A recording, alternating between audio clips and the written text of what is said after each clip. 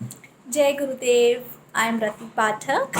और जैसे कि आप लोग जानते हैं, कल से हमने भगवद गीता सीरीज़ शुरू किया है। We are playing recordings in the voice of his holiness Shri Shri Ravishankar ji. तो कल फर्स्ट डे था, तो मैं उसको समराइज़ करती हूँ। तो गुरुदेव शुरुआत ऐसे करते हैं कि उपनिषद का अर्थ क्या होता है, क्योंकि भगवद गीता भी एक उपनिषद में ही आती है। तो गुरुदेव कहते हैं उपनिषद का मतलब होता है पास आके बैठो, अर्थात अर्जुन बनो। अर्जुन कौन है? जिसमें ज्ञान की पिपासा है, जो एक सीकर है, एक डिवोटी है, जो कुछ सीखना चाहता है। जब आप अर्जुन बनोगे तभी आपको अपने गुरु में कृष्ण नजर आएंगे। तो गीता शुरू होती है एक प्रश्न से। देखो, एक 3 साल का बच्चा भी ना प्रश्न पूछता है। माँ, ये क्यों होता है, ये कहाँ से आया, बादल कैसे बनते हैं, पानी कहाँ से आता है, ऑल दीज थिंग्स बच्चा क्वेश्चन पूछता है। तो गुरुदेव इससे बहुत अच्छी बात बोलते हैं कि जो एक बुद्धिमान व्यक्ति होता है वो कम बोलता है, जो थोड़ा कम बुद्धिमान होता है वो बहुत ज़्यादा बोलता है, और जो बिना पूछे बोलता है वो बुद्धिहीन होता है। इसलिए जीवन में हमेशा जब आपसे पूछा जाए तभी बोलो, और अगर बोलने की आवश्यकता हो भी तो हमेशा कम बोलो। See how beautiful it is.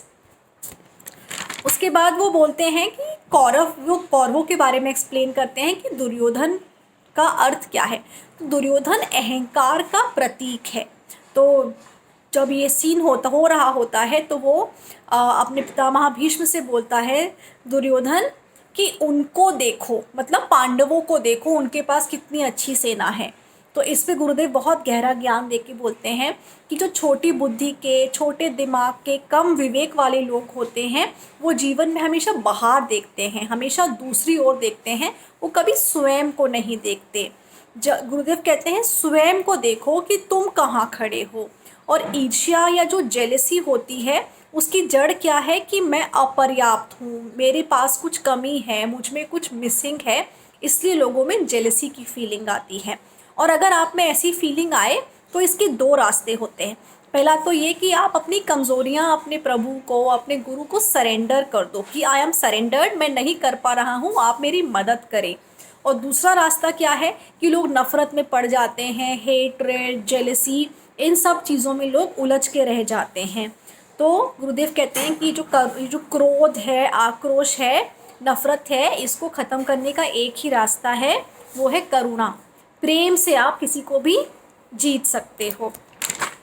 उसके बाद जब शंखनाद बजता है, जब शंख की आवाज़ आती है तो अर्जुन की चेतना एकदम से जाग जाती है और वो कृष्ण को बोलते हैं कि आप मुझे दोनों सेनाओं के बीच में ले चलो।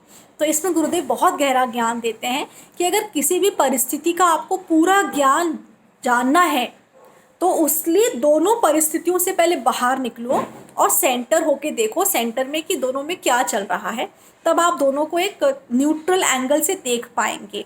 तो जब अर्जुन वहाँ बीच में आए और उसने देखा कि मेरे सामने तो मेरे पितामह हैं, मेरे गुरु हैं, मेरे भाई हैं, मेरे रिश्तेदार हैं, तो वो कृष्ण से बोले कि ये आप मुझसे क्या करवा रहे हैं।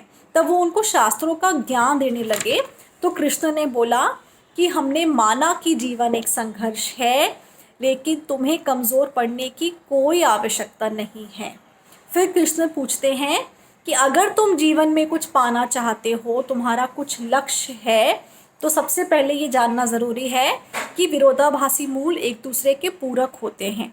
आप देखो, अगर एक फिल्म में खलनायक होता है और नायक होता है, अगर खलनायक बहुत स्ट्रांग ना हो तो नायक की कोई वैल्यू नहीं होती।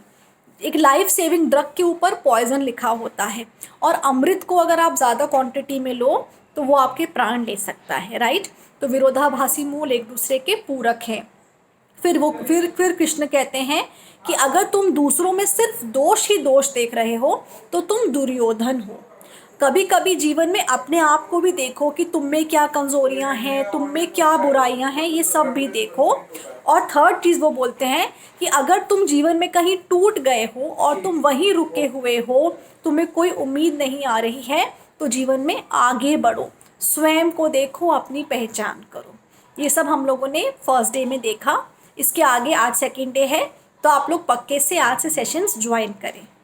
जय गुरुदेव।